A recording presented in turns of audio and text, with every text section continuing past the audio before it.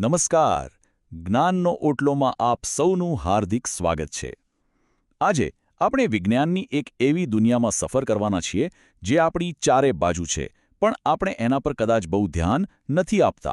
તો ચાલો સાથે મળીને એને સમજીએ. આપણી આસપાસની દુનિયા સતત અવાજોથી ગુંજતી રહે છે, ખરું ને? સવારે પક્ષીઓનો મીઠો કલરવ હોય, રસ્તા પર વાહનોનો અવાજ હોય કે પછી આપણા હેડફોનમાં વાગતું આપણું ફેવરિટ મ્યુઝિક. આ બધું જ ધ્વનિ છે જે આપણી જિંદગીનો એક ભાગ છે. પણ શું આપણે ક્યારેય ઊભા રહીને વિચાર્યું છે કે આ અવાજ, આ ધ્વનિ એકચ્યુઅલી છે શું? એ આપણા કાન સુધી પહોંચે છે કેવી રીતે? એની પાછળનું સાયન્સ શું છે? ચાલો આજે આ જ રોમાંચક સવાલનો જવાબ શોધીએ. દુનિયાનો કોઈ પણ અવાજ હોય, ભલે એ ગમે જેટલો નાનો કે મોટો હોય, એ બધાના મૂળમાં ફક્ત એક જ વસ્તુ છે, અને જાદુઈ શબ્દ છે કંપન. જી હા, કંપન. ચાલો આ કંપનની દુનિયામાં થોડા ઊંડા ઉતરીએ અને સમજીએ કે આ કેવી રીતે કામ કરે છે. તો કંપન એટલે શું? સાવ સાદી ભાષામાં કહીએ તો જ્યારે કોઈપણ વસ્તુ પોતાની જગ્યા પર રહીને આગળ પાછળ કે ઉપર નીચે થાય, બસ એને જ કંપન કહેવાય. એકદમ સિમ્પલ. હવે જુઓ, આ સંબંધને બરાબર સમજી લેજો. આ ધ્વનિના વિજ્ઞાનનો સૌથી મોટો નિયમ છે. કંપન એ કારણ છે અને ધ્વનિ એની અસર. જ્યાં સુધી કોઈ વસ્તુ કંપન કરતી રહેશે ત્યાં સુધી તેમાંથી અવાજ આવતો રહેશે, અને જેવી એ વસ્તુ કંપન કરવાનું બંધ કરી દે, અવાજ પણ તરત જ બંધ. ઓકે, તો એ તો નક્કી થઈ ગયું કે કંપન હોય તો જ અવાજ હોય. પણ આ પ્રોસેસ ખરેખર થાય છે કેવી રીતે? મતલબ કંપન અવાજમાં બદલાય છે કેવી રીતે? ચાલો હવે એને થોડું નજીકથી જોઈએ. ચલો શરૂઆત આપણા પોતાના શરીરમાંથી જ કરીએ. આપણા બધાના ગળામાં એક વોઇસ બોક્સ હોય છે, જેને સ્વરપેટી કહેવાય છે. એની અંદર બે સ્વરતંતુઓ એકદમ ટાઈટ ખેંચાયેલા હોય છે. હવે મજા જુઓ. જ્યારે આપણા ફેફસા હવાનો ધક્કો મારે છે ત્યારે આ સ્વરતંતુઓ વાઇબ્રેટ થાય છે, એટલે કે કંપે છે, અને બસ આ જ કંપન આપણા અવાજમાં ફેરવાય છે. ખરેખર કુદરતનો કમાલ છે, નહીં? હવે વાત કરીએ સંગીતની.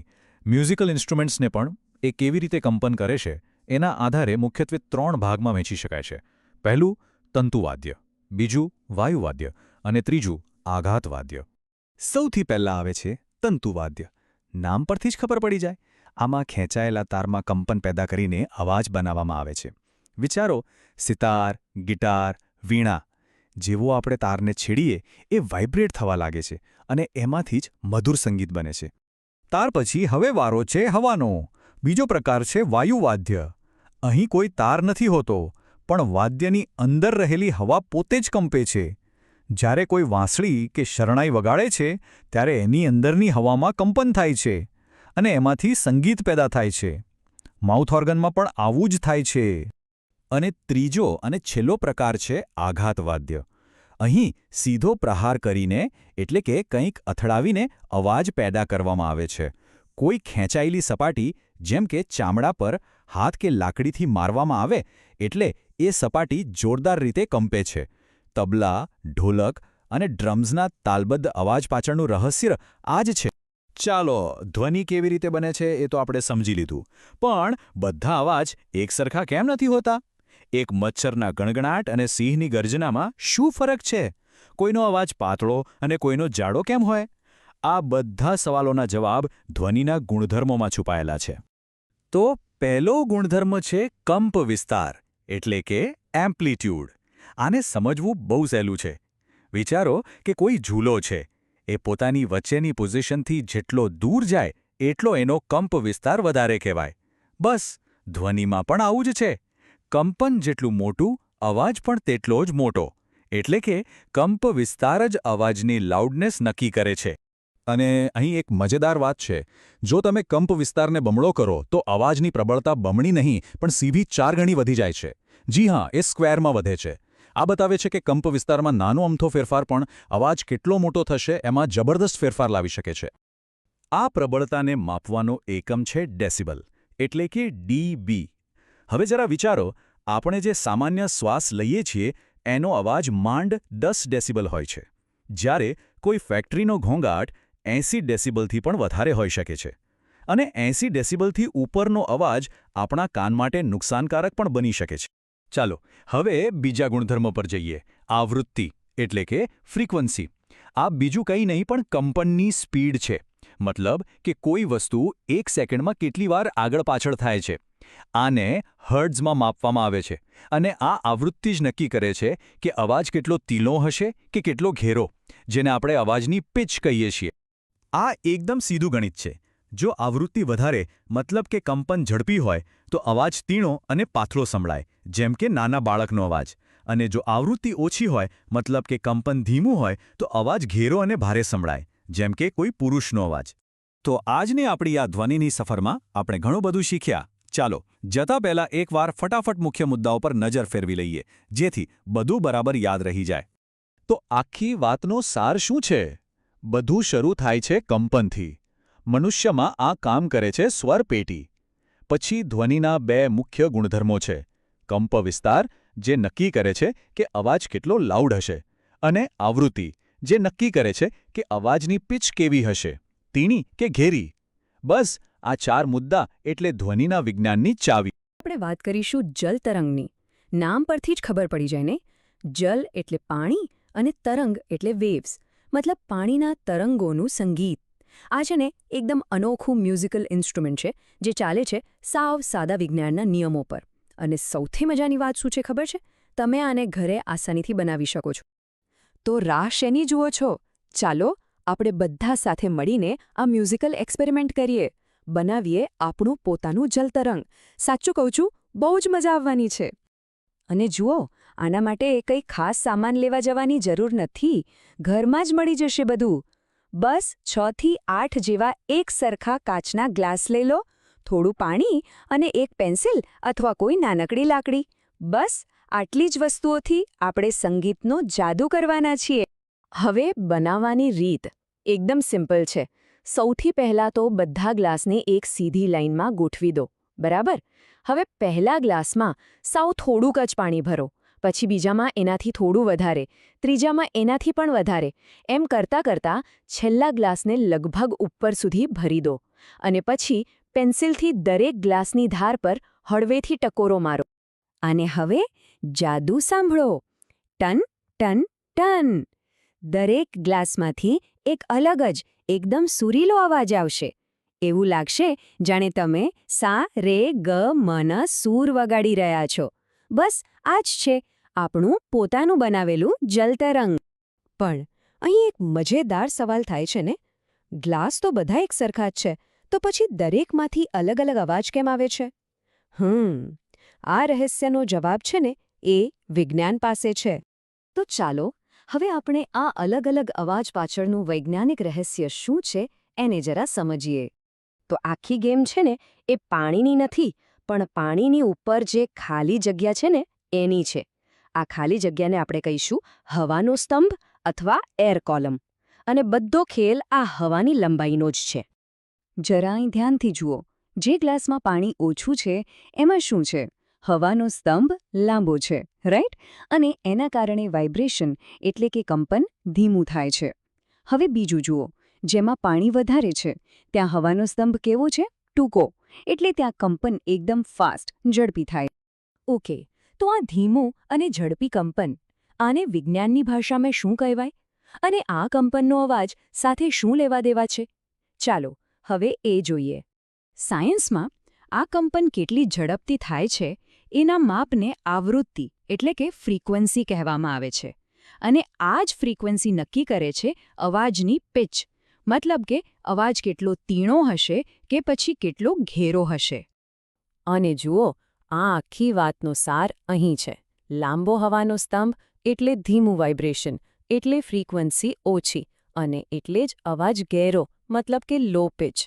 અને એનાથી બિલકુલ ઊંધું, ટૂંકો હવાનો સ્તંભ એટલે ફાસ્ટ વાઇબ્રેશન, એટલે ફ્રીક્વન્સી વધારે, અને એટલે અવાજ તીણો, મતલબ કે હાઈ પિચ. છે ને કમાલનું સાયન્સ? તો આ આખા પ્રયોગ અને સમજૂતી પછી આપણે મેઇન પોઈન્ટ શું પકડ્યો?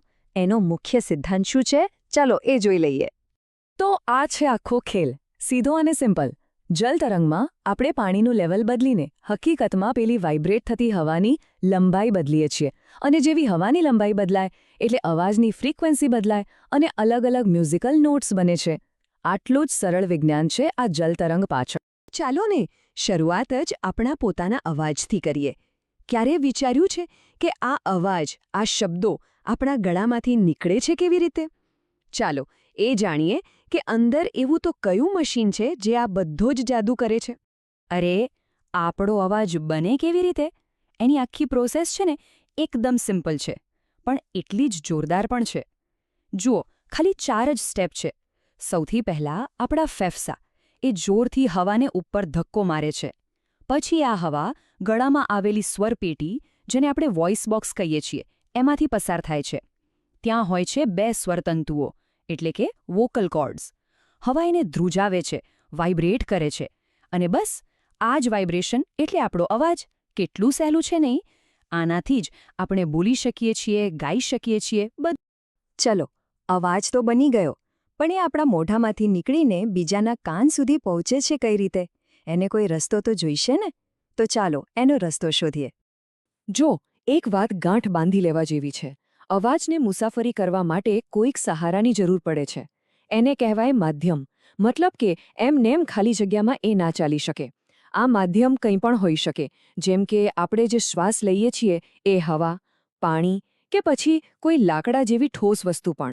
અને હા, ઘન પદાર્થોમાં તો અવાજની મુસાફરી એકદમ ફર્સ્ટ ક્લાસ થાય છે. તમે કદાચ આ પ્રયોગ કર્યો પણ હશે. એક મોટું ટેબલ લો, એક છેડે કાન અડાડો અને તમારા મિત્રને કહો કે બીજા છેડે ધીમેથી ટકોરો મારે. શું થયું? અવાજ હવામાં સંભળાય એના કરતાં પણ વધારે ક્લિયર સંભળાશે. ખરું ને? કારણ કે ઘન પદાર્થો અવાજના સુપર હાઈવે જેવા છે. તો આપણે એ તો સમજ્યા કે અવાજને ચાલવા માટે રસ્તો જોઈએ. પણ જો રસ્તો જ ન હોય તો? મતલબ કોઈ માધ્યમ જ ન હોય તો શું થાય? આ જ સવાલનો જવાબ આપણને મળશે અવકાશમાં. કેમ અવકાશમાં એકદમ શાંતિ હોય છે? આ સમજવા માટે પહેલાં એક શબ્દ સમજવો પડશે: શૂન્યાવકાશ. અંગ્રેજીમાં જેને વેક્યુમ કહે છે. શૂન્યાવકાશ એટલે શું?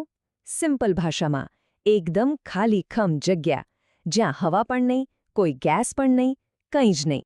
તો હવે સીધો સવાલ: આવી એકદમ ખાલી જગ્યામાં એટલે કે શૂન્યાવકાશમાં શું અવાજ મુસાફરી કરી શકશે? શું લાગે છે? જવાબ છે ના, બિલકુલ નહીં. અરે ભાઈ, જ્યારે ધ્રુજારી કરવા માટે કોઈ કણ જ નથી તો અવાજ આગળ વધશે કઈ રીતે? એની પાસે તો કોઈ રસ્તો જ નથી. એટલે જ તો સ્પેસની ફિલ્મોમાં જે મોટા મોટા ધડાકા બતાવે છે ને, એ બધું ખાલી દેખાડવા માટે હોય છે. હકીકતમાં તો ત્યાં ચૂપકીદી હોય છે. એટલે જ ચંદ્ર પર ગયેલા અવકાશયાત્રીઓ એકબીજા સાથે સીધા વાત નથી કરી શકતા. એમને રેડિયોની જરૂર પડે છે. સારું, અત્યાર સુધી આપણે સમજ્યા કે અવાજ કેવી રીતે બને છે અને કેવી રીતે મુસાફરી કરે છે. પણ હવે એક બીજો સવાલ: દરેક અવાજ અલગ કેમ હોય છે?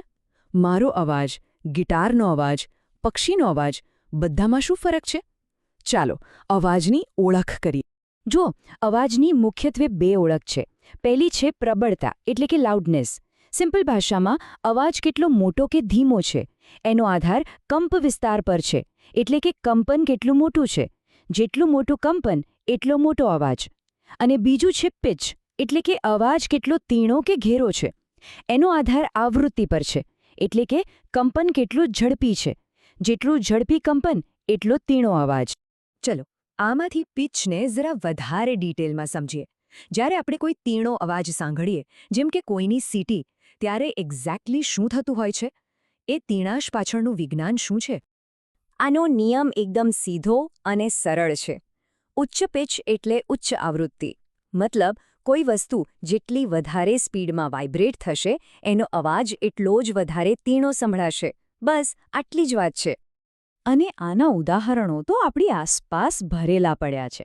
જેમ કે સ્ત્રીઓ અને બાળકોનો અવાજ એ સામાન્ય રીતે પુરુષો કરતાં વધારે તીણો હોય છે, કારણ કે એમના વોકલ કોર્ડ્સ વધુ ઝડપથી વાઇબ્રેટ થાય છે.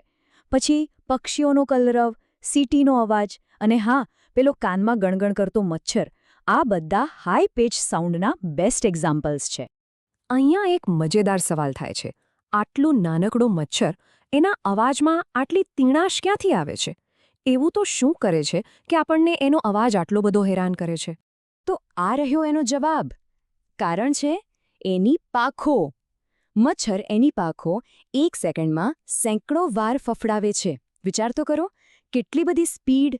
આટલા હાઈ ફ્રીક્વન્સી વાઇબ્રેશનને કારણે જ એનો ગણગણાટ આટલો તીણો અને કર્કશ હોય છે. ધ્વનિ એટલે કે અવાજની દુનિયા. આપણે એ સમજવાની કોશિશ કરીશું કે ભાઈ સંગીત અને ઘોંઘાટમાં શું ફરક છે. અને હા, ધ્વનિ પ્રદૂષણ જે એક બહુ મોટી સમસ્યા છે એના પર પણ નજર નાખીશું. ચાલો ત્યારે શરૂ કરીએ આ મજેદાર સફર. તો સૌથી પહેલાં વાત કરીએ શ્રાવ્ય અને અશ્રાવ્ય ધ્વનિની. હવે આપણને ખબર છે કે અમુક વસ્તુઓ આપણે જોઈ નથી શકતા, બરાબર? બસ એ જ રીતે અમુક અવાજો એવા પણ છે જે આપણા કાન સાંભળી જ નથી શકતા. ચાલો આજે અવાજની આ અદૃશ્ય દુનિયામાં એક ડોક્યુ કરીએ.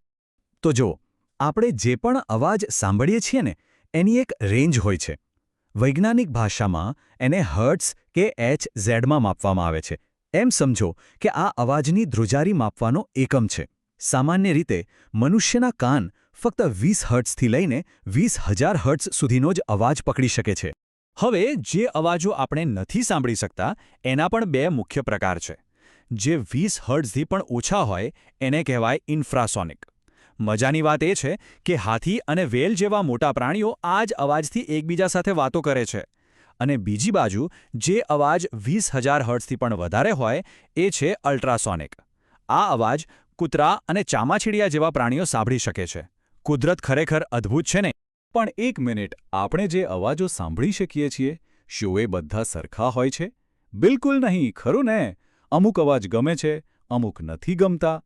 તો આ સવાલ જ આપણને આપણા આગલા મુદ્દા પર લઈ જાય છે.